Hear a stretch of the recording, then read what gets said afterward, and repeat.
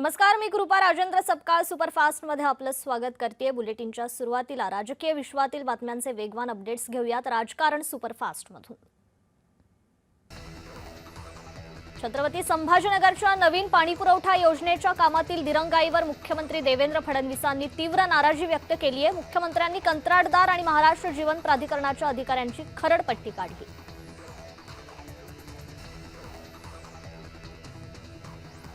जळगावात राष्ट्रवादीचे जिल्हाध्यक्ष संजय पवारांनी शरद पवारांचा फोटो असलेले बॅनर घरावर लावले। शरद पवार यांची भेट घेऊनच फोटो लावण्याची परवानगी घेतल्याचा संजय पवारांनी दावा केलाय।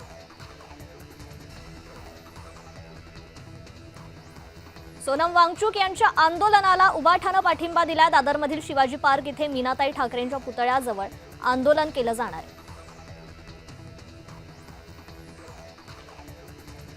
मुख्यमंत्र्यांनी जी बिलं माफ करण्याची घोषणा केली ती खूप वर्षापासूनची प्रलंबित मागणी आहे। सरकारनं लवकरात लवकर जीआर काढून बिल माफी करावी, असं विजय वडेट्टीवार म्हणाले।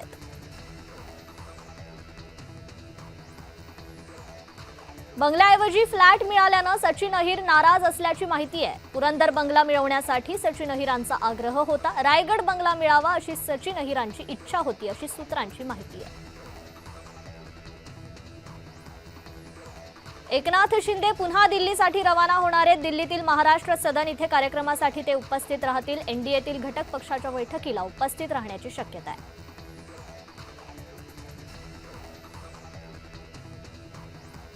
शेतकऱ्यांची वीज बिल माफी वादाचा मुद्दा ठरली आहे। मुख्यमंत्र्यांनी मंत्रिमंडळ बैठकीआधी निर्णय कसा जाहीर केला, असा शिवसेना प्रवक्ते अरुण सावंत यांनी सवाल उपस्थित केलाय।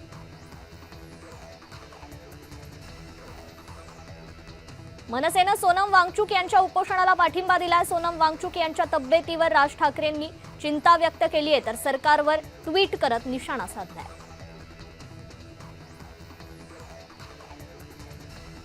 संजय राऊतांचं रामनगर येथील राम मंदिर ट्रस्टचे अध्यक्ष रवी वाघमारे यांना पत्र आहे। मंदिर नियमांचं पालन करून उद्धव ठाकरे रामरक्षा पठण करणार, असा या पत्रात उल्लेख करण्यात आलाय। सुनेत्रा पवारांना अंधारात ठेवून पटेल तटकरे मुख्यमंत्र्यांना भेटले। भेटीची सुनेत्रा पवारांसह पार्थ पवारांना कल्पना नव्हती, अशी माहिती आहे। संजय राऊतांनी फडणवीस रामरक्षा पठण कार्यक्रमाला उपस्थित राहण्यासाठी पत्र लिहिलंय। 18 तारखेच्या रामरक्षा पठणात सहभागी होऊन रामभक्तांना शुभेच्छा द्या, असा या पत्रात उल्लेख करण्यात आलाय। एमपीएससी ऑनलाईन परीक्षा तातडीनं लागू होणार नाही। संगणक आधारित परीक्षा प्रणाली ऑगस्ट 2027 पासून लागू करा। प्रशासन आणि विद्यार्थी संघटनांच्या बैठकीत मुख्यमंत्री फडणवीसांनी निर्देश दिले। येत्या 15 ऑगस्ट पूर्वी चिपी विमानतळावरून नवी मुंबई विमानसेवा सुरू होणार आहे, अशी माहिती मंत्री नितेश राणेंनी दिली।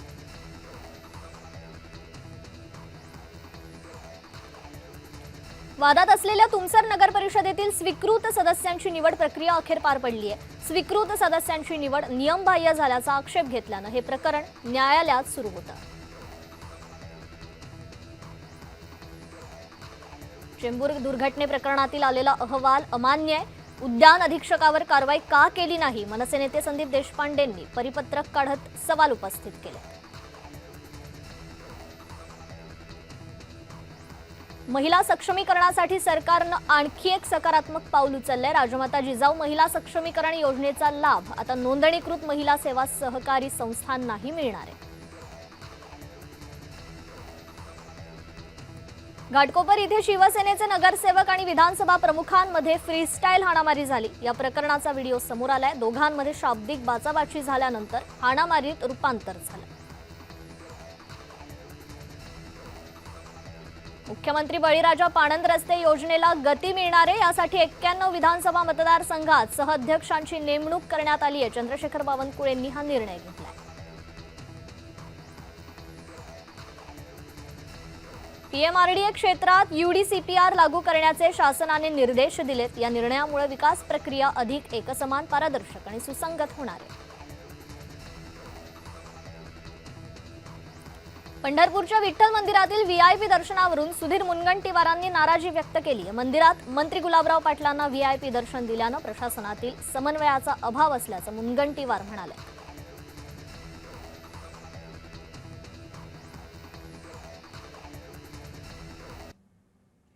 आणि आता गावखेड्यातील बातम्यांचे वेगवान अपडेट्स आपण घेऊयात गावगाडा सुपरफास्ट मधून। कोल्हापुरात E20 इथेनॉल मिश्रित पेट्रोलच्या विरोधात अंत्ययात्रा काढण्यात आली। धोरणाचा आम आदमी पार्टीच्या वतीनं निषेध नोंदवण्यात आलाय।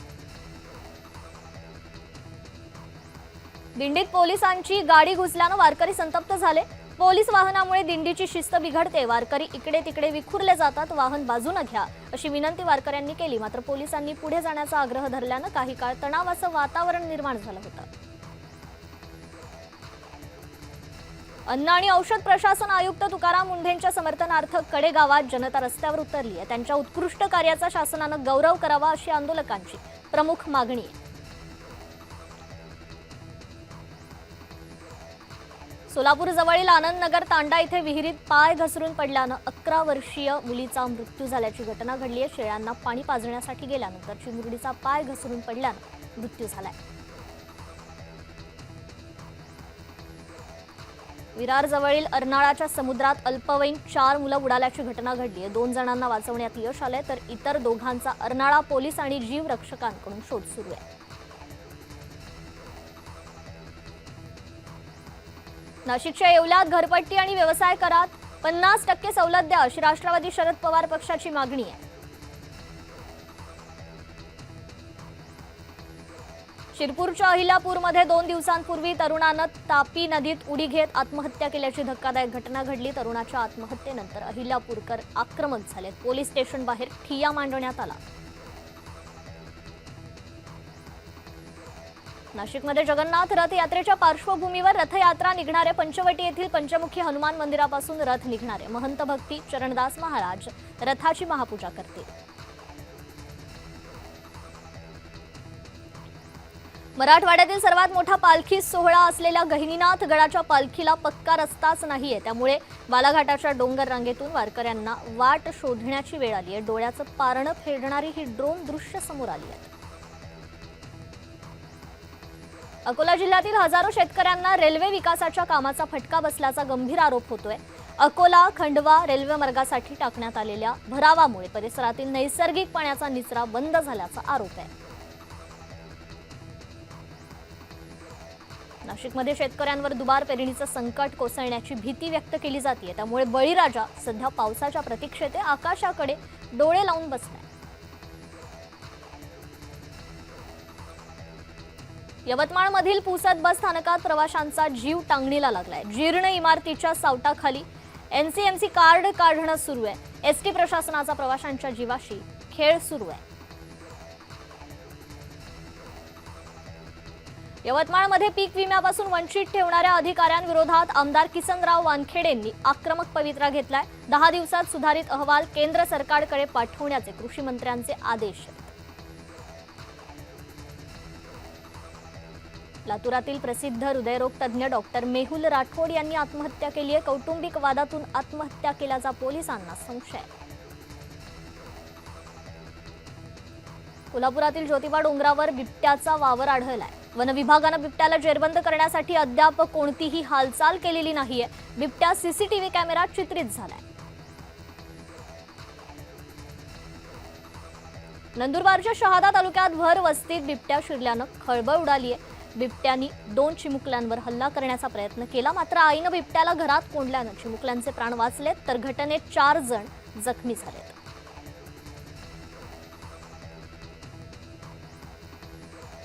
वाशिम जिल्ह्यात धोक्यात असलेली पिकं वाचवण्याकरता कृषी विभागानं शेतकऱ्यांना मार्गदर्शन केले। कृषी विभागानं शेतकऱ्यांच्या बांधावर जात पीक पाहणी सुरू केली आहे। गोंदियात धान पीक वाचवण्यासाठी शेतकऱ्यांची धडपड सुरू आहे। पावसाच्या दडीनं धान पिकाची नर्सरी धोक्यात आली आहे। कावडीनं पाणी आणून रोपं वाचवण्यासाठी प्रयत्न केले जात आहेत। शेतकऱ्यांचा व्हिडिओ सोशल मीडियावर व्हायरल होतोय। संत तुकाराम महाराजांच्या पालखीचं बारामतीवरून प्रस्थान झालंय। तुकोबांची पालखी इंदापूर येथील सणसर गावात मुक्कामी असणार आहे। भंडाऱ्यात धान शेतीचं विदारक दृश्य पाहायला मिळतंय। जिल्ह्यात मागील 15 दिवसापासून पाणी नसल्यानं शेतात तडे गेलेत। पावसाअभावी रोवणी केलेली पिकं करपायला सुरुवात झाली आहे। छत्रपती संभाजीनगरात रिक्षा चालकांना मराठी शिकवण्याच्या वर्गांना सुरुवात करण्यात आली आहे। या उपक्रमामुळे प्रवाशांशी संवाद अधिक सुलभ होण्यास मदत होणार असल्याचं परिवहन विभागाने सांगितलंय। बारामतीत भिगवण रोडवरील अपघातात एका वारकऱ्याचा मृत्यू झाला। भरधाव वेगात असणाऱ्या कारनं वारकऱ्याला उडवलं। अपघातात वारकऱ्याचा जागीच मृत्यू झालाय। गोंदियातील एकोडी परिसरात बिबट्याचं पिल्लू आढळल्यानं परिसरात भीतीचं वातावरण आहे। सध्या बिबट्याच्या पिल्लावर वन विभागाचं लक्ष आहे।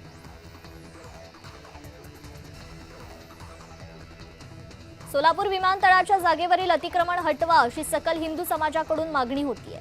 विमानतळ विस्ताराचा मार्ग मोकळा करा, नई जिंदगी परिसरातील अतिक्रमण तातडीनं हटवावीत असं निवेदन निवासी उपजिल्हाधिकारी अभिजित पाटील यांच्याकडे सादर करण्यात आलं।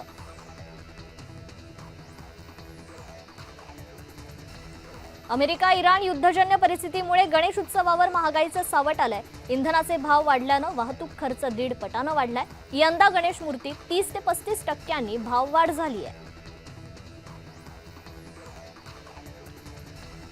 धुळ्यात पावसामुळे प्रकल्पांमध्ये काही प्रमाणात वाढ झाली आहे। मात्र असं असलं तरी मोठ्या पावसाची अपेक्षा शेतकऱ्यांना आहे। जिल्ह्यात जुलै महिन्यात 4 दिवस झालेल्या पावसामुळे 4% जलसाठा वाढलाय। रेल्वे कर्मचाऱ्याच्या प्रसंगावधानतेमुळे वारकऱ्याचे प्राण वाचलेत। पंढरपूर वारीला निघालेल्या वयोवृद्ध वारकऱ्याचा धावत्या रेल्वेत चढताना अचानक तोल गेला। वारकरी थेट रेल्वे रुळावर पडल्यानं काही क्षण परिसरात खळबळ उडाली होती। संपूर्ण घटना स्थानकावरील सीसीटीव्ही चित्रित झाली आहे।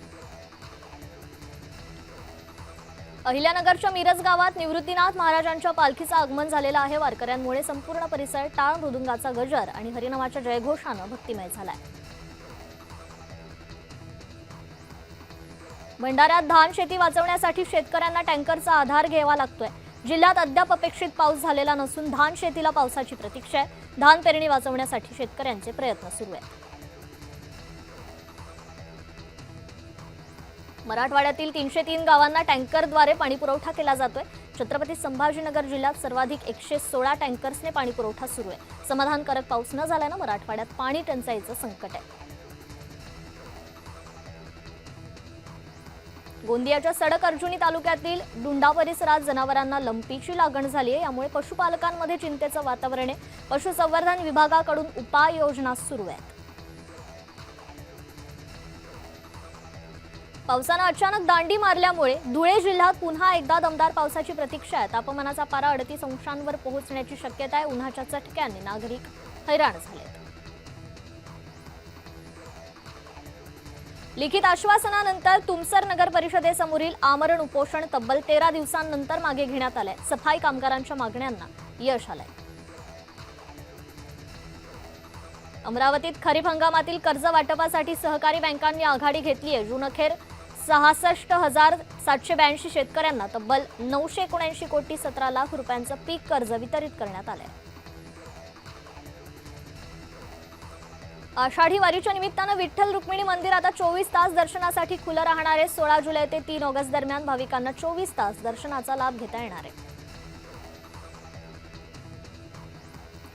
अमरावती जिल्ह्यातील धरणांमध्ये जलसाठ्यात 6% वाढ झाली आहे। तरीही पाणी टंचाईची चिंता मात्र कायम आहे। जिल्ह्यातील 56 प्रकल्पांमध्ये केवळ 45.63% जलसाठा शिल्लक आहे।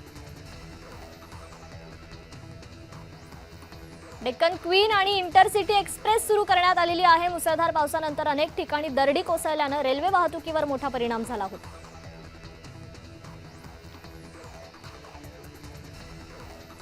अमरावतीत मध्यरात्री दुकानाला आग लागल्याची घटना घडली आहे। घटनेची माहिती मिळताच अग्निशमन दल तत्काळ घटनास्थळी दाखल होत आगीवर नियंत्रण मिळवण्यात यश आलं। मात्र दुकानाचं मोठ्या प्रमाणात नुकसान झालंय।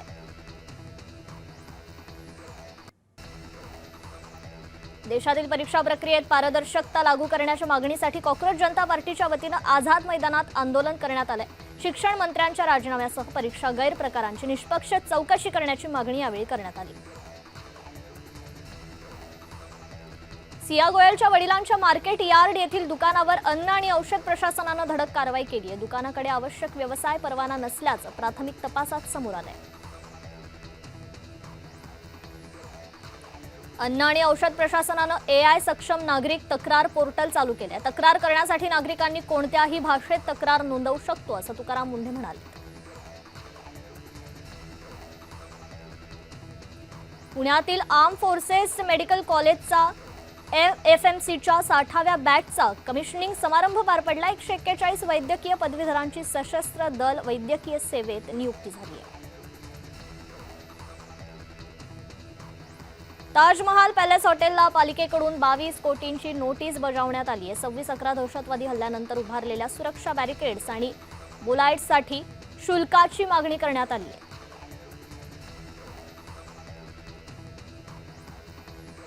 राज्यातील सर्व शासकीय कागदपत्रांतील जात आणि धर्म हे रकाने रद्द करा, मगच समान नागरी कायदा आणा. ब्लॅक पॅन्थर संघटनेचे अध्यक्ष सुभाष देसाईंनी ही मागणी केली आहे. मुंबई अहमदाबाद बुलेट ट्रेन प्रकल्पाचा उल्हास नदीवरील व्हायरल व्हिडिओ दिशाभूल करणार आहे. व्हायरल व्हिडिओतील संरचना ही बुलेट ट्रेनचा कायमस्वरूपी पूल नसून वाहतूक करण्यासाठी उभारलेला तात्पुरता बांधकाम पूल आहे, असं स्पष्ट करण्यात आलंय. मुंबई पालिकेच्या हेरिटेज वास्तूच्या परिसरात फोटोशूट करताना जोडप्यानं अश्लील चाळे करतानाचा व्हिडिओ व्हायरल होतोय. पालिकेत आलेल्या नागरिकांवर प्रशासनाचं मात्र दुर्लक्ष होत असल्याचा आरोप आहे. नाशिकमध्ये डेंग्यूचा धोका वाढलाय. 15 दिवसात 13 रुग्णांची नोंद झालेली आहे. पावसाचा जोर नसतानाही डेंग्यूचा प्रादुर्भाव वाढल्यानं आरोग्य यंत्रणा अलर्ट मोडवर आली आहे. मुंबई सेंट्रल स्थानकांवर अत्याधुनिक हायड्रॉलिक बफर बसवण्यात येणार आहे. पश्चिम रेल्वेच्या विभागानं स्थानकांवरील सुरक्षा अधिक सक्षम करण्यासाठी अत्याधुनिक हायड्रॉलिक बफर स्टॉप बसवण्याचा निर्णय घेतलाय. सोलापूर मुंबई विमानसेवा 2 ऑगस्ट पासून पुन्हा सुरू होतीये. आठवड्यातील 4 दिवस विमानसेवा सुरू राहणार असल्याची माहिती पालकमंत्री जयकुमार गोरेंनी दिली आहे. हार्बर मार्गावर 16 जुलैपासून 19 जुलैपर्यंत 4 दिवस विशेष ब्लॉक घेण्यात येतोय. CSMT ते वडाळा रोड दरम्यान दुरुस्तीच्या कामासाठी विशेष वाहतूक ब्लॉक घेतला जातोय. सिंहस्थ कुंभमेळ्यापूर्वी नाशिकला तब्बल 9,129 कोटींच्या विकास कामांना मंजुरी देण्यात आली आहे. नाशिकसाठी 373 कोटींच्या गोदावरी स्वच्छता प्रकल्पाला गती मिळणार असल्याची माहिती आहे. सिया गोयलच्या वडिलांच्या दुकानावर FDAनं धडक कारवाई केलेली आहे. पुण्यातील मार्केट यार्ड परिसरातील दुकानावर FDAनं छापा मारलाय. निकृष्ट दर्जाच्या अन्नसाठ्याच्या संशयातून ही कारवाई झाली. उल्हासनगरमधील शासकीय प्रसूतीगृहातील निष्काळजीपणा उघड झालाय. चौकशी समितीच्या अहवालात गंभीर प्रशासकीय निष्काळजीपणाचे ठपके ठेवत कारवाईची शिफारस करण्यात आली आहे. या प्रकरणाची गंभीर दखल घेत प्रकाश आंबेडकरांनी दोषींवर कारवाई करण्याचं आश्वासन दिलंय. मुसळधार पावसात दिवा भिवंडी खाडीमधील तात्पुरत्या स्वरूपातील पूल वाहून गेलाय. बुलेट ट्रेन मुख्य पुलासाठी बांधलेला तात्पुरता पूल होता, त्यामुळे बुलेट ट्रेनच्या कामाला पावसाचा फटका बसलाय.